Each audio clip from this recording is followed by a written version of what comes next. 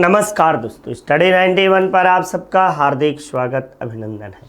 तो आज से हम लोग बात करेंगे क्रैश कोर्स पर और उसमें एंशिएंट हिस्ट्री से संबंधित प्रमुख बातें। यहाँ पे इस क्लास में कम समय में बहुत अधिक चीज़ें देने की कोशिश की जाएगी और आप सब जितना ज़्यादा से ज़्यादा पेन कॉपी लेकर बैठे रहिए और कुछ बातों को आप सब जानते भी चलिए। जैसा कि आप सबको पता है कि इतिहास का पिता हेरोडोटस को कहा जाता है और इनके द्वारा जो लिखित पुस्तक था उसे हिस्टोरिका के नाम से भी जानते हैं। यानी हेरोडोटस को इतिहास का पिता कहते हैं और इन्होंने हिस्टोरिका नामक ग्रंथ की रचना की। ये यूनान के रहने वाले थे या ग्रीस के रहने वाले थे। अब देखिए, भारतीय इतिहास को जानने के विषय में हम 3 स्रोत जानते हैं भारतीय इतिहास की। तो आइए यहीं से हम सब शुरू करते हैं अपने अध्याय को आगे की ओर। और जैसे इतिहास का पिता, ठीक ना, इतिहास का पिता किसे कहते हैं? तो इतिहास का पिता भैया आपको किसे कहा जाता है? हेरोडोटस को।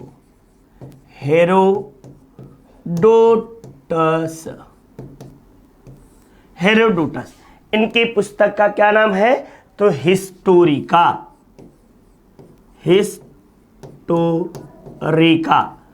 इनके पुस्तक का नाम हिस्टोरिका। आपको हेरोडोटस के द्वारा हिस्टोरिका नामक पुस्तक की रचना की गई। अब देखिए, भारतीय इतिहास को कुल 3 भागों में विभाजित किया गया। कितने भागों में? तो यहाँ पे डाल दो इतिहास का विभाजन। इतिहास का विभाजन। और यहीं पे विभाजन में हम 3 को देखते हैं। एक आपको मिलता क्या है? तो प्राक ऐतिहासिक काल। प्राक ऐतिहासिक काल उस काल को कहते हैं जिसकी हमें किसी भी तरह के लिखित जानकारी प्राप्त नहीं होती है। दूसरा आध ऐतिहासिक काल। तो आध ऐतिहासिक काल उस काल को कहते हैं जिसकी हमें लिखित जानकारी प्राप्त होती है परंतु हम उसे पढ़ नहीं पाते हैं। इसके अंतर्गत सिंधु घाटी सभ्यता। कौन से? तो सिंधु घाटी सभ्यता, ठीक ना, सभ्यता। और इसके अंतर्गत वैदिक सभ्यता भी आता है। वैदिक सभ्यता इसके अधीन हम लोग अध्ययन करते हैं। जबकि प्राक ऐतिहासिक काल के दौरान हम लोग क्या करते हैं? पूरा पाषाण काल, मध्य पाषाण काल, मध्य पाषाण काल और नव पाषाण काल का अध्ययन करते हैं। किसका? नव पाषाण काल का अध्ययन करते हैं। यानी इस काल के हमें किसी भी तरह के लेख जानकारी नहीं मिलती। इसकी मिलती है। सिंधु घाटी सभ्यता को पढ़ नहीं पाते और दूसरे वैदिक संस्कृति को तो पढ़ पाते हैं, लेकिन यह अपने समय में न लिखा जाकर बल्कि बाद के समयों में इसकी रचना की गई है। ठीक, अब देखो, अब तीसरा ऐतिहासिक काल। ऐतिहासिक काल के अंतर्गत हम इतिहास को 3 भागों में विभाजित करते हैं। ऐतिहासिक काल में हम क्या पढ़ते हैं? तो प्राचीन इतिहास, मध्यकालीन इतिहास, मध्यकालीन इतिहास, कालीन इतिहास और क्या पढ़ते हैं? तो आधुनिक इतिहास का अध्ययन करते हैं। आधुनिक इतिहास का अध्ययन करते हैं।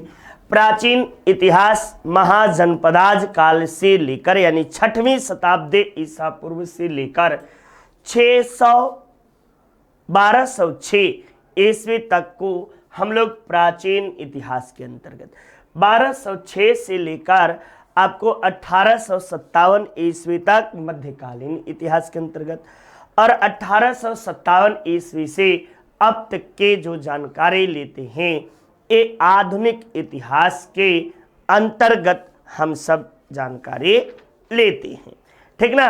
अब हम सबको जानना क्या है कि भारतीय इतिहास को किस तरह से जो ज्ञात करने के स्रोत क्या क्या हैं। ठीक, आइए अगले डायग्राम पे चलते हैं। भारतीय इतिहास जानने के स्रोत। तो भारतीय इतिहास जानने के स्रोत, जानने के स्रोत, भारतीय इतिहास जानने के जो मुख्यतया स्रोत हैं, इन स्रोतों के विषय में आइए हम सब देखें। तो पहला पुरातात्विक स्रोत, कौन सा? तो पुरातात्विक स्रोत।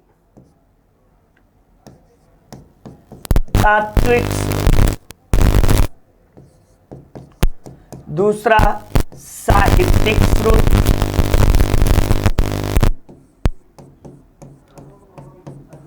साहित्यिक स्रोत, और तीसरा जो है उसमें हम सब यात्रा वृतांत यानी विदेशी यात्रियों के यात्रा वृतांत, यात्रा वृतांत का अध्ययन करते हैं। ये तीन बातें हैं। अब पुरातात्विक स्रोत के अंतर्गत क्या क्या है? अब लेखों का अध्ययन करते हैं, मुद्रा शास्त्रों का अध्ययन करते हैं, यानी मुद्राओं का अध्ययन करते हैं। इसके अंतर्गत इमारतों का अध्ययन करते हैं। इसके अंतर्गत आपको जो है कि गुहा लेखों का करते हैं, गुहा लेख, शिलालेख आदि का अध्ययन जो है इसके अंतर्गत किया जाता है। अब साहित्यिक स्रोत के अंतर्गत हम लोग जो है दो भागों में इसे विभाजित कर देते हैं। एक ब्राह्मण साहित्य, ब्राह्मण साहित्य, और दूसरा ब्राह्मणोत्तर साहित्य, ब्राह्मणोत्तर साहित्य। यही दो भागों में हम सब विभाजित करते हैं। ब्राह्मण साहित्य में आपको क्या क्या है? तो वेद है, ब्राह्मण है, ब्राह्मण है, आरण्यक है, उपनिषद है, निषद है, पुराण है, स्मृति है। आपको दो महाकाव्य जो हैं, महाकाव्य रामायण और महाभारत दो हैं। एक रामायण है और एक महाभारत है। यही दो काव्यों का हम सब इसके अंतर्गत अध्ययन करते हैं। ब्राह्मणोत्तर साहित्य को दो भागों में आप चाहो तो विभाजित कर सकते हो। एक आपको जैन ग्रंथ और दूसरा दूसरा बौद्ध ग्रंथ, और तीसरा यदि आप चाहो तो तीसरे भाग में आपको जो है दरबारी इतिहासकार या उसके समकालीन इतिहास के विषय में आप ब्राह्मणोत्तर साहित्य के अंतर्गत जान सकते हो। लेकिन जाने दो, हम सब इतने ही में अध्ययन करेंगे। कितने में? तो इतने में ही हम सब अध्ययन करते हैं।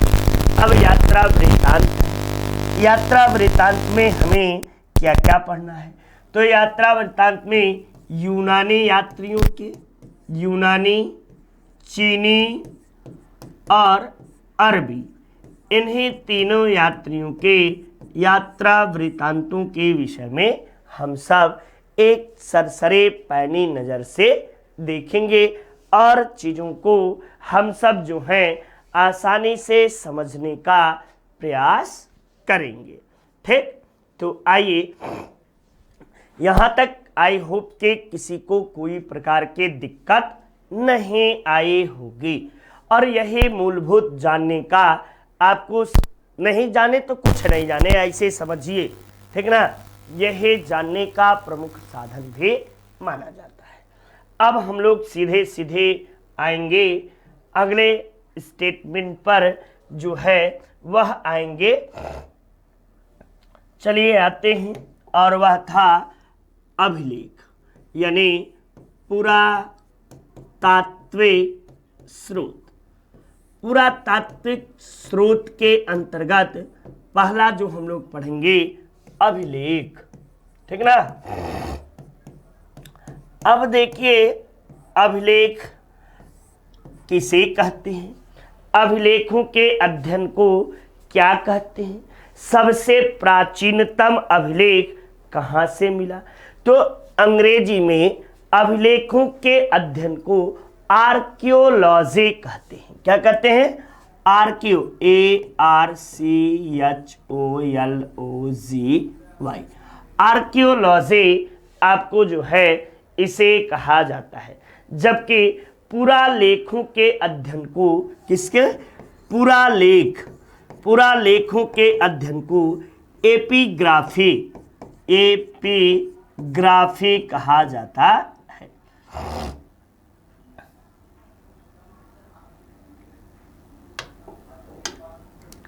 एपिग्राफी कहा जाता है।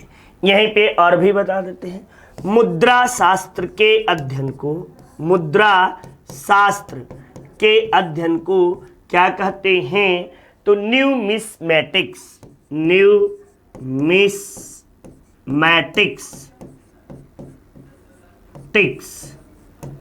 न्यूमिस्मेटिक्स के नाम से मुद्रा शास्त्र के अध्ययन को कहा जाता है। जबकि पुरालिपि शास्त्र के अध्ययन को क्या कहते हैं? तो पुरालिपि शास्त्र के अध्ययन को हम सब किस नाम से जानते हैं? तो इसे हम लोग पेनियोग्राफी के नाम से कहते हैं। पेनियोग्राफी कहा जाता है।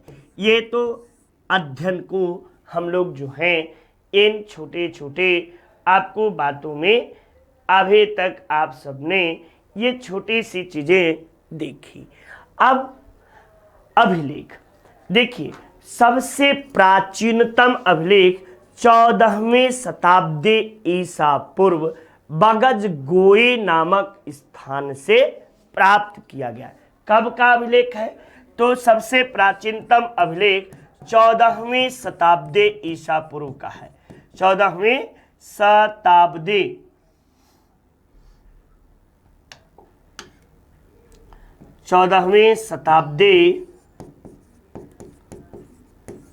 ईसा पूर्व का अभिलेख है, जिसे बगज गोई या बगज कोई अभिलेख के नाम से जानते हैं। यह अभिलेख, बगज गोई अभिलेख जो है, ये कहाँ से प्राप्त हुआ है? तो एशियाई माइनर से यह अभिलेख प्राप्त हुआ है। एशियाई माइनर कहाँ है? तो अफगानिस्तान और सीरिया के सीमा पर एशियाई माइनर अवस्थित है। ठीक ना? कहाँ? तो एशियाई माइनर आपको कहाँ अवस्थित है? तो एशियाई माइनर आपको जो है वह अफगानिस्तान और सीरिया, ईरान की सीमा पर स्थित है। इस बगजगोई अभिलेख किसके कालीन है?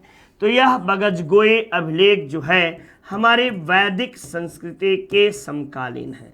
वैदिक संस्कृति के समकालीन का यह अभिलेख है और इस अभिलेख में आपको जो है कि वैदिक कालीन 4 देवताओं के उल्लेख मिलते हैं। इंद्र, वरुण, मित्र और नास्तेय का उल्लेख मिलता है, लेकिन अन्य देवताओं का उल्लेख नहीं मिलता। और परीक्षा में यही पूछा जाता है कि निम्नलिखित में से किस देवता का उल्लेख बगजगोई अभिलेख में मिला है। अब आगे हम सब चलते हैं। तो आगे जो अभिलेख है, एक तरफ अभिलेख और दूसरे तरफ संबंधित जानकारी। अब यहीं से भारत में अभिलेख लिखने की प्रथा अशोक के द्वारा प्रारंभ की गई और अशोक ने यूनानियों से अभिलेख लिखने की प्रथा को सीखा। ठीक ना। तो एक तरफ आपको जो है अभिलेख और दूसरे तरफ शासक,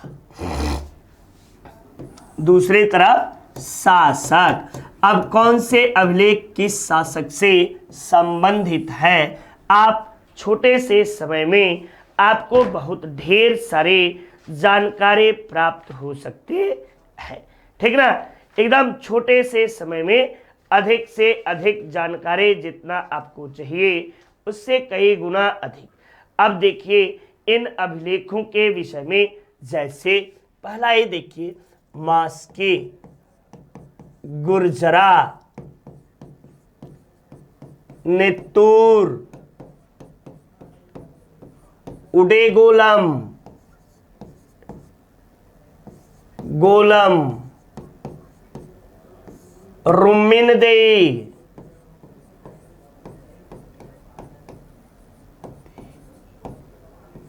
रुमिनदे, ये सभी के सभी अभिलेख जो महत्वपूर्ण हैं, ये सबके अभिलेख किससे संबंधित हैं, तो अशोक से संबंधित हैं। फिर आपको हाथी गुफा अभिलेख,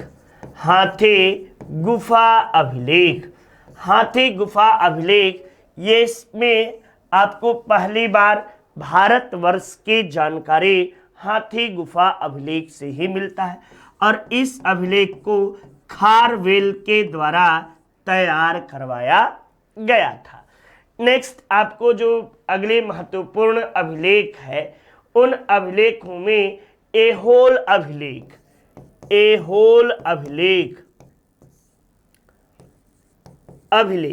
ठीक ना। एहोल अभिलेख किसका है, तो पुलकेशिन द्वितीय का यह अभिलेख है। किसका, पुलकेशिन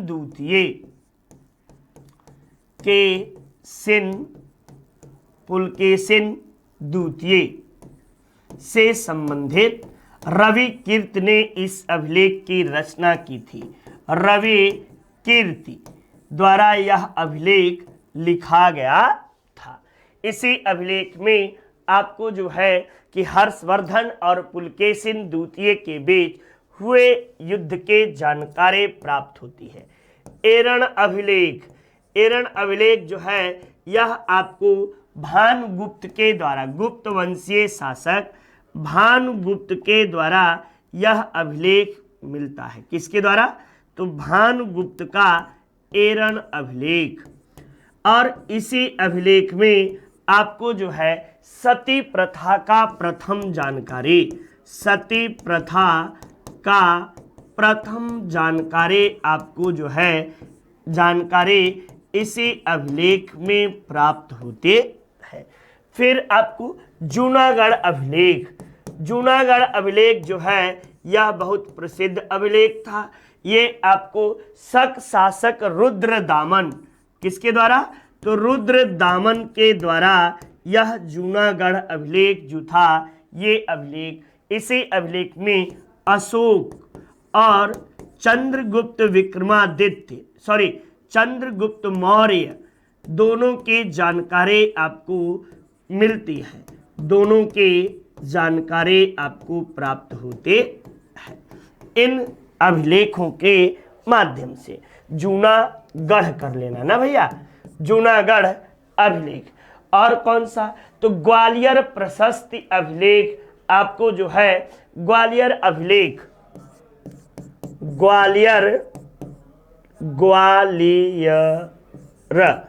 ग्वालियर प्रशस्ति, इसमें आपको गुर्जर प्रतिहार वंशीय शासक किसके जानकारी मिलती है, तो आपको जो है यशोवर्मन के जानकारी प्राप्त होते हैं, यशोवर्मन के जानकारी प्राप्त होती है। इसके वर्षवार उपलब्धियों के जानकारी आपको इसे अभिलेख के माध्यम से हम सबको मिलती है। अन्य अभिलेखों में जो महत्वपूर्ण बातें हैं ये कौन कौन सी बातें हैं, तो अन्य अभिलेखों में आपको महत्वपूर्ण जो है हेलियोडोरस का बेसनगर या विदिशा अभिलेख, विदिशा या बेसनगर अभिलेख जो है इसकी रचना हेलियोडोरस द्वारा किया गया था।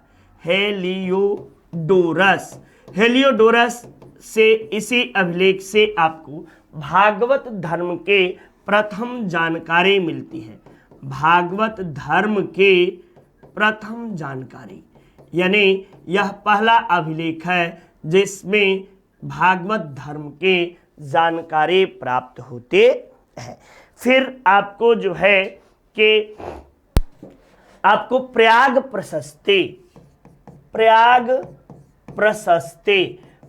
प्रशस्ति अभिलेख समुद्रगुप्त से संबंधित है और समुद्रगुप्त के इसमें दिग्विजयों की जानकारी प्राप्त होती है। इस अभिलेख की रचना समुद्रगुप्त के दरबारी हरिसेन द्वारा किया गया था। यह अभिलेख हरिसेन के समुद्रगुप्त से आपको समुद्रगुप्त से जानकारी देता है। इसके बाद नासिक गुहा अभिलेख या नानाघाट अभिलेख, नासिक अभिलेख, पहले नासिक अभिलेख बता देते हैं। नासिक अभिलेख से सातवाहन वंशीय शासक आपको गौतमी पुत्र सातकर्णी के दिग्विजयों के जानकारी मिलते हैं, ठीक ना। ऐसे अभिलेख में इसे आपको जो है कि दक्षिण भारत का एकमात्र ब्राह्मण कहकर संबोधित भी किया गया है। इसके बाद नानाघाट अभिलेख जो है इसी अभिलेख में आपको किसकी मिलती है, तो सातकर्णी प्रथम की जानकारी इसी अभिलेख से मिलती है। और इस अभिलेख में की रचना आपको रानी नागनिका के द्वारा इस अभिलेख को लिखा गया था, ठीक ना। ये बातें आपको जो है, इसके बाद आपको जो है कि अन्य अभिलेखों में आपको जो है महत्वपूर्ण अभिलेख भीतरी अभिलेख जो है, यह अभिलेख उत्तर प्रदेश के गाजीपुर जिले से मिले हैं और भारत में यह आपको स्कंदगुप्त का अभिलेख है, स्कंदगुप्त का अभिलेख है और इससे भारत में हुणों के आक्रमण की जानकारी मिलती है। भारत में हुणों के आक्रमण के जानकारी इसे अभिलेख से प्राप्त होते हैं। इस तरह आप देखोगे तो बहुत ढेर सारे आपको अभिलेख मिलेंगे, ठीक ना। और बहुत ढेर सारी बातें आपको जो है महत्वपूर्ण रूप से आपको प्राप्त भी होगा, ठीक। अब देखिए, अब हम सबको आगे चलना कहाँ है, तो आपने देखा कि अभिलेखों के विषय में अध्ययन किया। अब हम सब मुद्रा शास्त्र के विषय में अध्ययन करेंगे। किसमें, मुद्रा लेख या मुद्रा शास्त्र। मुद्रा लेख या मुद्रा शास्त्र के विषय में हम सब अध्ययन करेंगे। तो मुद्रा शास्त्र के अध्ययन को ही पहले जानते हैं। अध्ययन को पीछे ही मैंने बताया कि न्यूमिस्मेटिक्स के नाम से जाना जाता है। मैटिक्स के नाम से अभिलेखों के अध्ययन को कहते हैं। अब देखो, हमारे यहाँ प्राचीन काल में जो अभिलेख थे इसे आहत सिक्का कहा जाता था। आहत सिक्का या पंचमार्क सिक्का पंचमार्क सिक्का का मतलब समझते हैं? कटिंग बनी होती थी, ठीक ना, और उसी पे ठप्पा लगा दिया जाता था, या इसे ठप्पा सिक्का के नाम से भी जाना जाता है। ठीक, अब देखिए उत्तर वैदिक कालीन, एक एक चीजें मैं बता दे रहा हूं। उत्तर वैदिक काल में आपको जो है सिक्के किस तरह के थे, तो सोने के सिक्के थे, और सोने के सिक्कों को क्या कहते थे, तो शतमान कहा जाता था। शतमान। और आपको एक दो जगह उत्तर वैदिक काल में गले में पहने जाने वाला बेशकीमती जो हार था उसको भी कहीं कहीं मैंने देखा कि ये मान लिए हैं कि यह आपको जो है कि शतमान नामक सिक्के ही जानिए, बहुत विशेष चीजें न जानिए, अंदर की चीजें। चुके नेक्स्ट देखिए, अब हम आते हैं सिक्कों के अध्ययन। तो चाणक्य ने अपने अर्थशास्त्र में टकसाल के विषय में सर्वप्रथम चर्चा किया है। और टकसाल उसे बोलते हैं जहां से सिक्कों की ढलाई की जाती थी।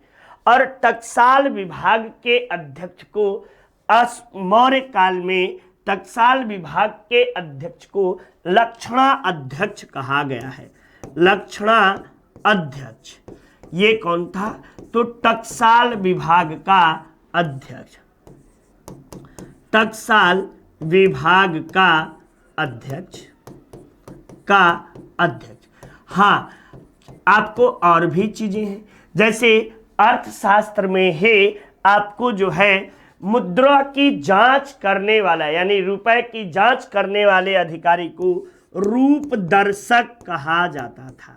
रूप दर्शक का अर्थ होता था आपको जो है कि मुद्रा की जांच करने वाला, मुद्रा के जांच करने वाला अधिकारी, जांच करने वाला अधिकारी जो था इसे ही हम क्या कहते थे, तो रूप दर्शक के नाम से जानते थे। ठीक, अब देखिए चूंकि पीछे जाएंगे तो जो है कि सिकंदर कालीन सिक्कों को डेकाड्रम कहा जाता था। मैं लिखते चल रहा हूं, सिकंदर कालीन सिक्कों को जो है डेकाड्रम कहा जाता था। देखिए सिकंदर कालीन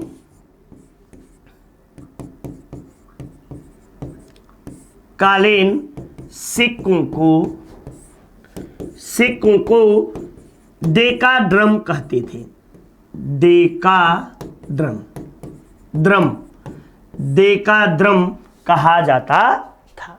अब आगे आइए, तो आगे देखेंगे तो हम सब मौर्य काल में चांदी के सिक्कों को रूपक और सोने के सिक्कों को जो है वह क्या कहते थे, तो सोने के सिक्कों को जो है आपको बड़ा अच्छा नाम है, देखिए चलिए, मौर्य काल में चांदी के सिक्के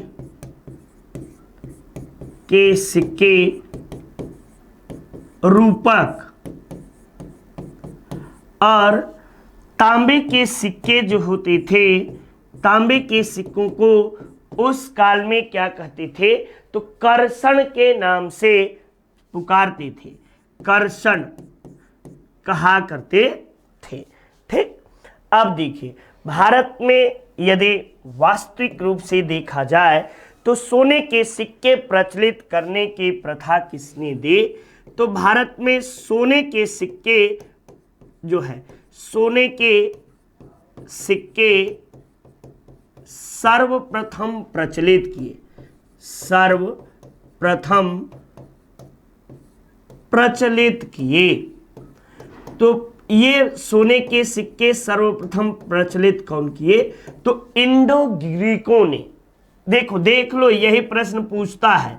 इंडो ग्रीकों ने सोने के सर्वप्रथम सिक्के प्रचलित किए, जबकि सोने के शुद्ध सिक्के, सोने के सर्वाधिक शुद्ध सिक्के, शुद्ध सिक्के किसके द्वारा आपको जारी किए गए?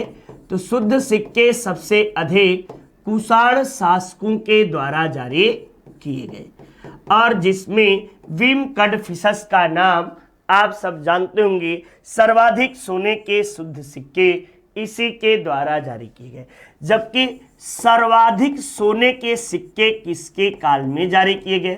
तो सर्वाधिक सोने के सिक्के गुप्तों के काल में, किसके? गुप्तों के काल में आपको प्रचलित हुए।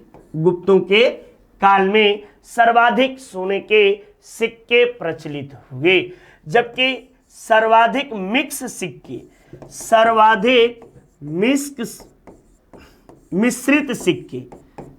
मिश्रित सिक्के किसके समय में जारी हुए? तो ये भी आपको गुप्तों के काल में ही सर्वाधिक मिश्रित सिक्के जारी हुए, जबकि लेख युक्त सिक्के किसके समय में आपको जारी हुए? तो पहली बार लेख युक्त सिक्के इंडो ग्रीकों के द्वारा, और जिसमें मिंडार का नाम आप सब लोग जानते होंगे। मिंडार के द्वारा इंडो ग्रीक सिक्का आपको जारी किया गया। ठीक, अब देखो, अब यहां पे जो है कि एक लक्ष्मी चित्रित सिक्के, एक तरफ लक्ष्मी तथा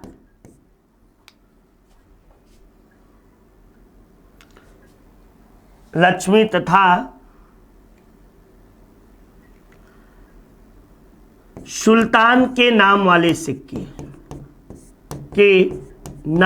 सिक्के किसने जारी किया? तो मोहम्मद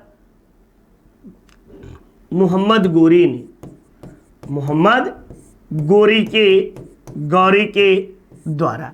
जब पूछे कि शुद्ध अरबी भाषा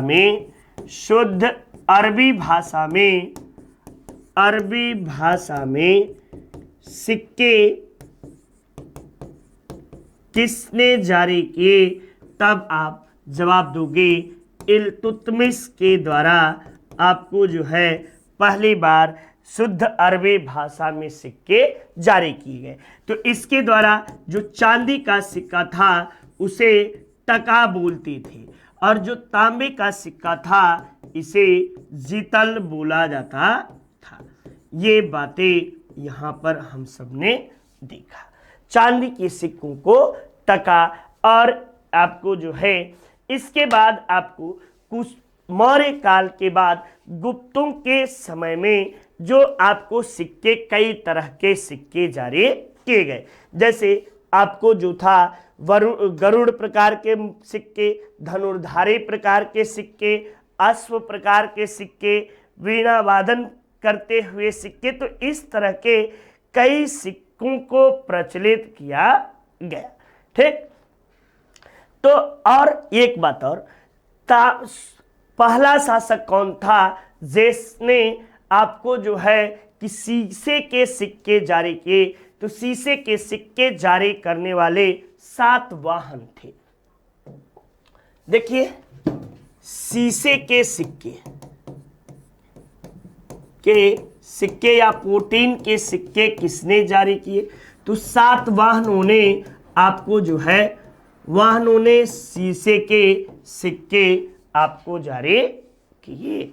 ठीक ना, ये आपको जो है कि प्रारंभिक सिक्कों के विषय में जानकारी हुआ। अब आइए साहित्यिक जानकारी। अब साहित्यिक स्रोत के विषय में हम सब अध्ययन करते हैं। और साहित्यिक स्रोतों में जो पहला आपको जानकारी मैंने बताया ब्राह्मण ग्रंथ।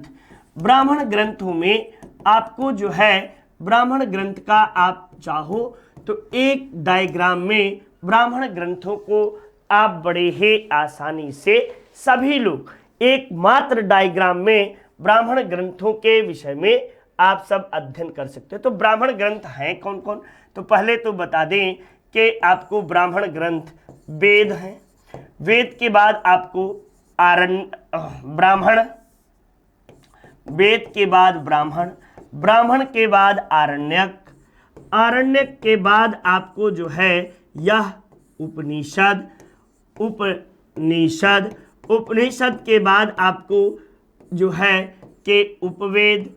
ये ढेर सारी बातें आप सबको देखने को मिलती हैं।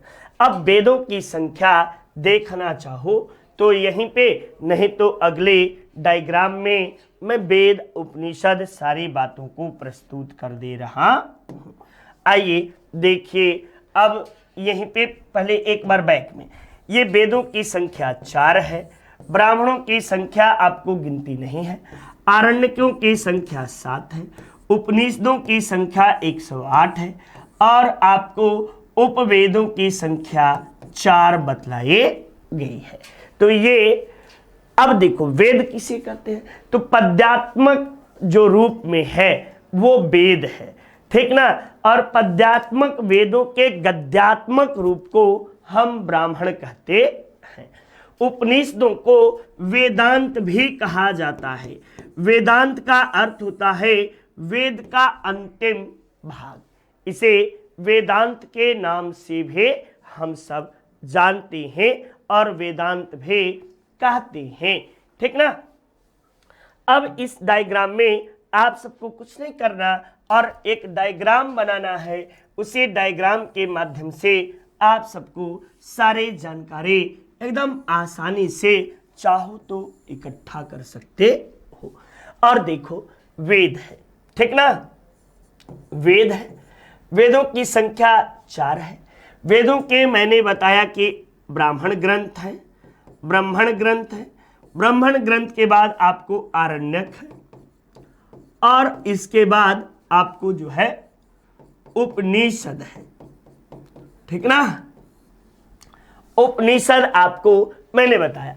अब ऋग्वेद सबसे प्राचीन और सबसे बड़ा वेद, इसमें कुल मंत्रों की संख्या 10,580 है तथा सूक्तों की संख्या 1028 जो है इसमें सूक्त बतलाए गए हैं। इसमें कुल 10 मंडल बतलाए गए हैं।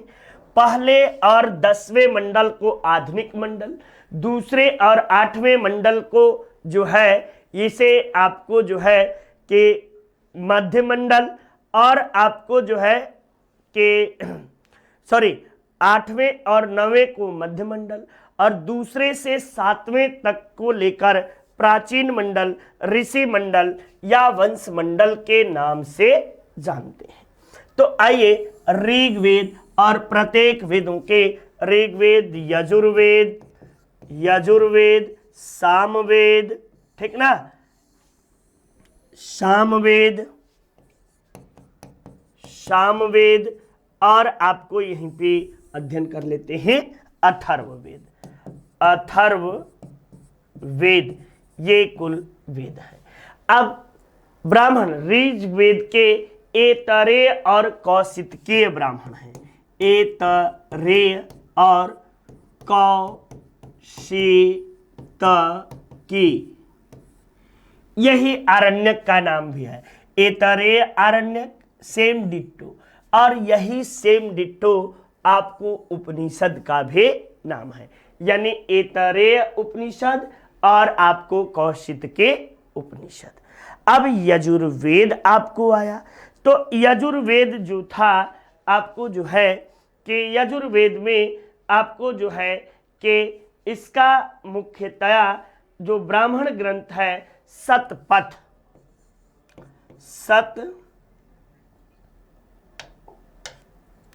शतपथ, और इसका ब्राह्मण एक है जो तैत्तरीय, तैत्तरीय, ये इसके ब्राह्मण माने जाते हैं। तैत्तरीय और शतपथ ब्राह्मण। इसके तैत्तरीय और बृहदारण्यक, तैत्तरीय और बृहदारण्यक, बृहदारण्यक इसके प्रमुख अरण्यक कहे जाते हैं। उपनिषदों में इसका जो है तैत्तरीय उपनिषद, ईशो उपनिषद, बृहदारण्यक उपनिषद, ऐसे कर सकते हो। तैत्तरीय, बृहदारण्यक, रण्यक, आपको जो है ईशो उपनिषद। उपनिषदों में सबसे छोटा उपनिषद ईशो उपनिषद को कहते हैं। इसे यजुर्वेद का अंतिम अध्याय के नाम से भी जाना जाता है। और इसके साथ साथ इसमें ईशो उपनिषद, श्वेताश्वतर उपनिषद भी इसी उपनिषद का है। इसके बाद सामवेद है। सामवेद का जो आपको पंचविश और षड्विश, पंचविश और षड्विश को तांड्य ब्राह्मण के नाम से भी जाना जाता है। इसके जो अरण्यक हैं वो अरण्यक जैमिनीय और छांदोग्य हैं। जैमिनीय और छांदोग्य अरण्यक इसी के अरण्यक है। इसके जो उपनिषद हैं वो छांदोग्य हैं, केन है, आपको केन, छांदोग्य। इसी छांदोग्य उपनिषद में श्री कृष्ण का पहली बार उल्लेख आप सबको मिलता है। यहाँ अथर्ववेद, इसका उपनिषद गोपथ है। एकमात्र ब्राह्मण गोपथ ब्राह्मण है। इसका कोई भी आरण्यक नहीं है, कोई भी आरण्यक नहीं है, ठीक ना, कोई भी आरण्यक नहीं है। और जो इसके उपनिषद हैं वो मुंडको उपनिषद, मांडुक्यो उपनिषद, मांडुक्यो,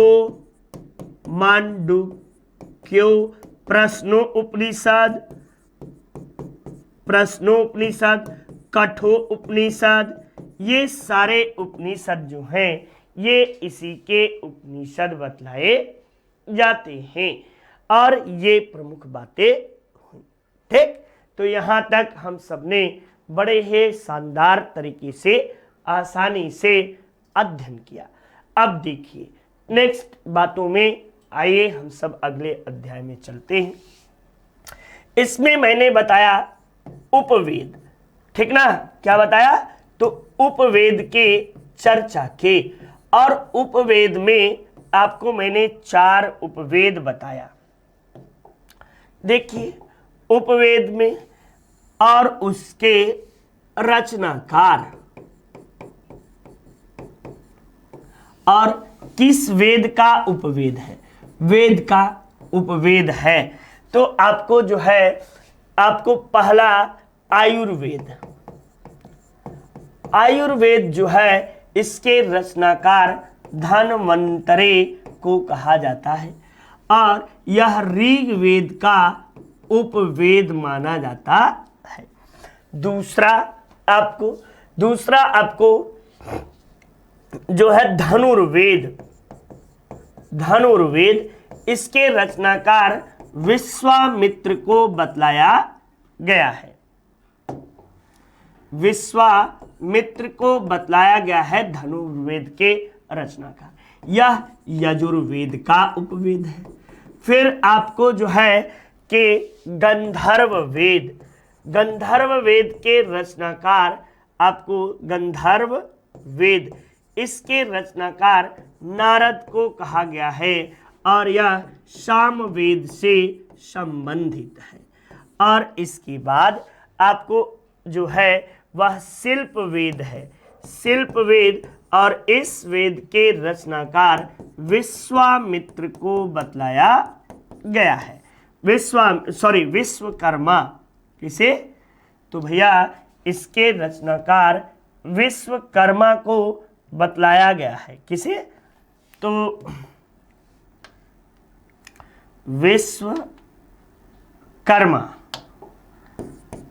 विश्वकर्मा जी को कहा गया है और ये अथर्ववेद का उपवेद माना जाता है।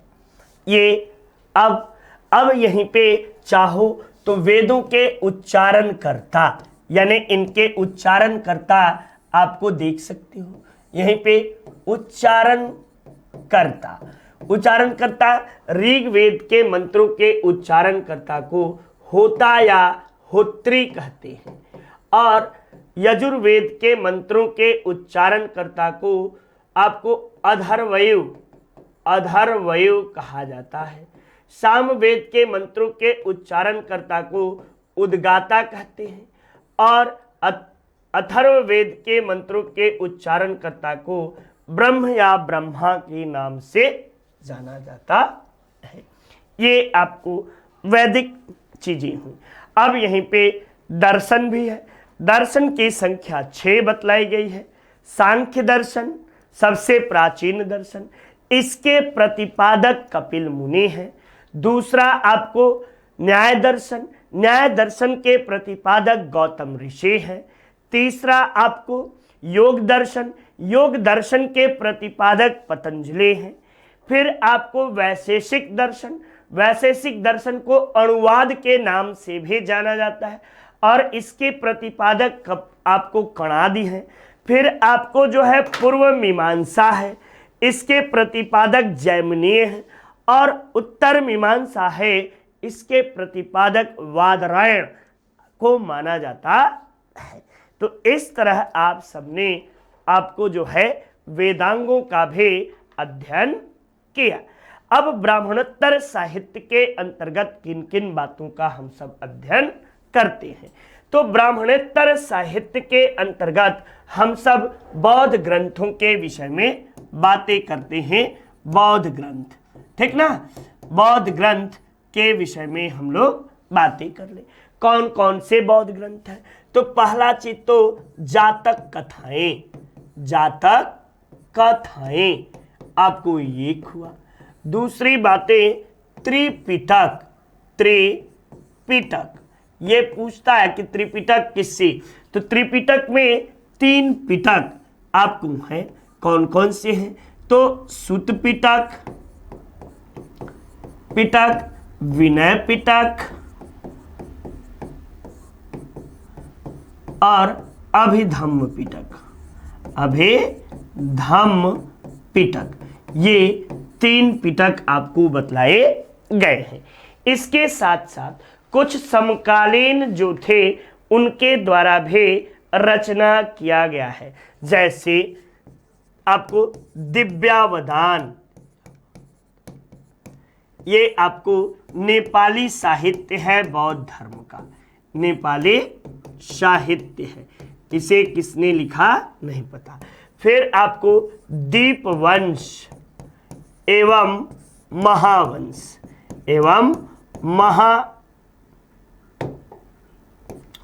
महावंश, इसकी रचना ये जो है इसे सिंहली साहित्य के नाम से हम सब जानते हैं। क्या कहते हैं? सिंहली साहित्य के नाम से जानते हैं। इसके बाद जो है वह आपको कह सकते हैं कि बुद्ध चरितम,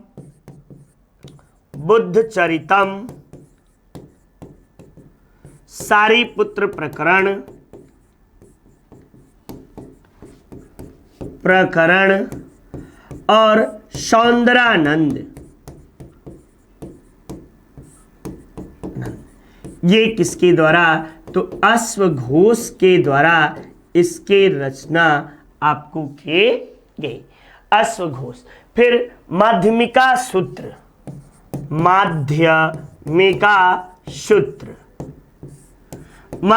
सूत्र की रचना नागा अर्जुन के द्वारा की गई।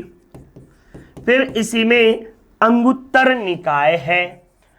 अंगुत्तर निकाय बौद्ध ग्रंथ है और इसी से 16 महाजनपदों की जानकारी प्राप्त होते हैं।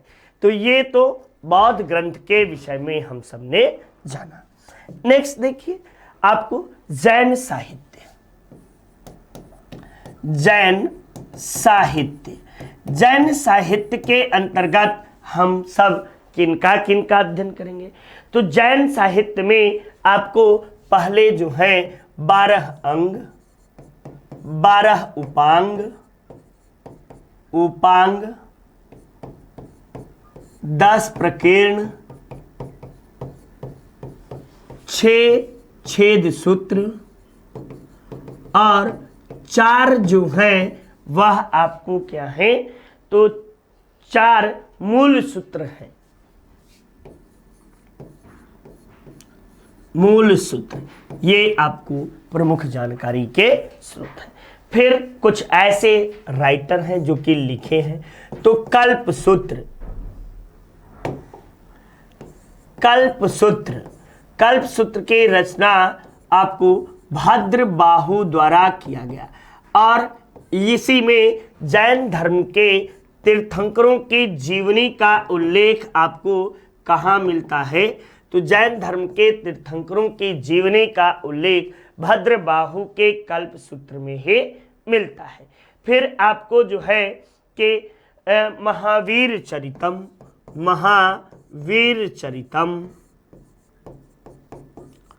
ये भवभूति की मालती माधव और महावीर चरितम।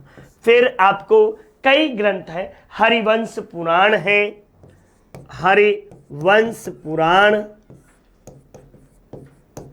इसकी रचना जीन सेन के द्वारा की गई। फिर परिशिष्ट पर्वन नामक ग्रंथ भी आपको किसके द्वारा? तो परिशिष्ट पर्वन हेमचंद्र सूरी के द्वारा, आपको हेमचंद्र सूरी के द्वारा परिशिष्ट पर्वन की रचना की गई। तो ये आपको जो है, और आदि पुराण की भी रचना, आदि पुराण है तो ये मत समझ लीजिएगा कि ये हिंदू धर्म से संबंधित है। इसकी भी रचना जीन सेन के द्वारा ही की गई है। किसके द्वारा? तो जीन सेन के द्वारा ही आदि पुराण की रचना भी की गई है। तो ये यहाँ पर आपको जनपदों के विषय में यानी जैन साहित्य के विषय में जानकारी हुई। अब कुछ लौकिक साहित्य भी हमारे यहाँ प्रचलित थे और लौकिक साहित्यों को आप सब, मैं लिखूंगा नहीं, आप सब नोट करते चलिएगा। लौकिक साहित्य में पहला है पंचतंत्र। तो पंचतंत्र की रचना विष्णु शर्मा के द्वारा की गई। दूसरा हितो उपदेश के रचनाकार नारायण पंडित को माना जाता है। तीसरा अर्थशास्त्र की रचना कौटिल्य ने की। आपको जो है मालती माधव, ये रचना आपको भवभूति के द्वारा किया गया। 10 कुमार चरितम, इसकी रचना दंडिन ने की। शिशुपाल बधनम, इसका रचना कवि माघ ने किया। प्रबंध चिंतामणि मेरु तुंग के द्वारा लिखा गया। आपको जो है कि किराता अर्जुनियम, इसकी रचना भारवी ने की। विक्रमांक देव चरितम विल्हण के द्वारा लिखा गया। राज तरंगणे कल्हण के द्वारा लिखा गया। आपको जो है नाट्य शास्त्र भरत मुनि के द्वारा लिखा गया। आपको जो है बृहद संहिता के आपको जो है वराह मिहिर हैं। फिर मिताक्षरा, इसके रचनाकार विज्ञानेश्वर को कहा जाता है। आपको जो है कि चरक संहिता चरक के द्वारा लिखा जाता है। गाथा सप्तशती की रचना हाल के द्वारा की जाती है। अष्टाध्यायी पाणिनि के द्वारा लिखा जाता है। अष्टाध्यायी पर टीका आपको जो है पतंजलि के द्वारा लिखा जाता है। पतंजलि ने योग शास्त्र की भी रचना की। इसके बाद आपको जो है कि अमरकोश अमर सिंह के द्वारा, कालिदास की 7 प्रमुख पुस्तकें हैं जिनमें हम सब आपको अध्ययन करते हैं। कालिदास के अभिज्ञान शाकुंतलम, मेघदूतम, ऋतु संहारम, रघुवंशम, आपको जो है कि और कौन सा है, कुमार संभवम, विक्रमांक नहीं, कुमार संभवम, ये सभी कालिदास के प्रमुख रचनाएं मानी जाते हैं। अब आगे हम सब विदेशी यात्रियों के यात्रा वृतांत के विषय में भी देखेंगे। विदेशी यात्रियों के यात्रा वृतांत,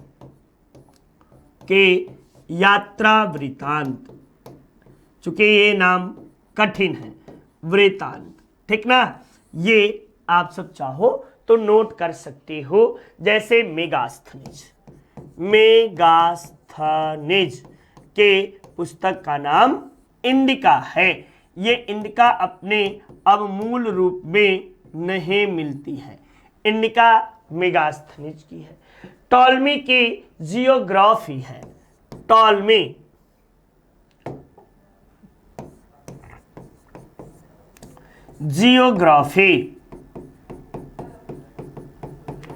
ग्राफी टॉलमी की है, ठीक। आपको जो है प्लिनी नेचुरल हिस्टोरिका,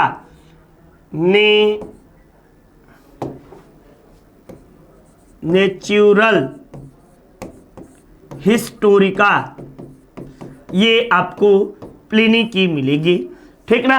आपको इसके बाद आपको फाहियान के फोक्यू की,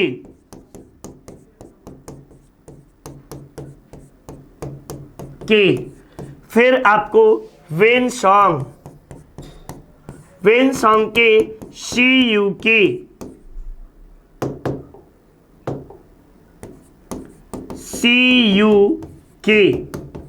आपको इसके बाद अलबरूनी की रचना जो है वह तहकीक ए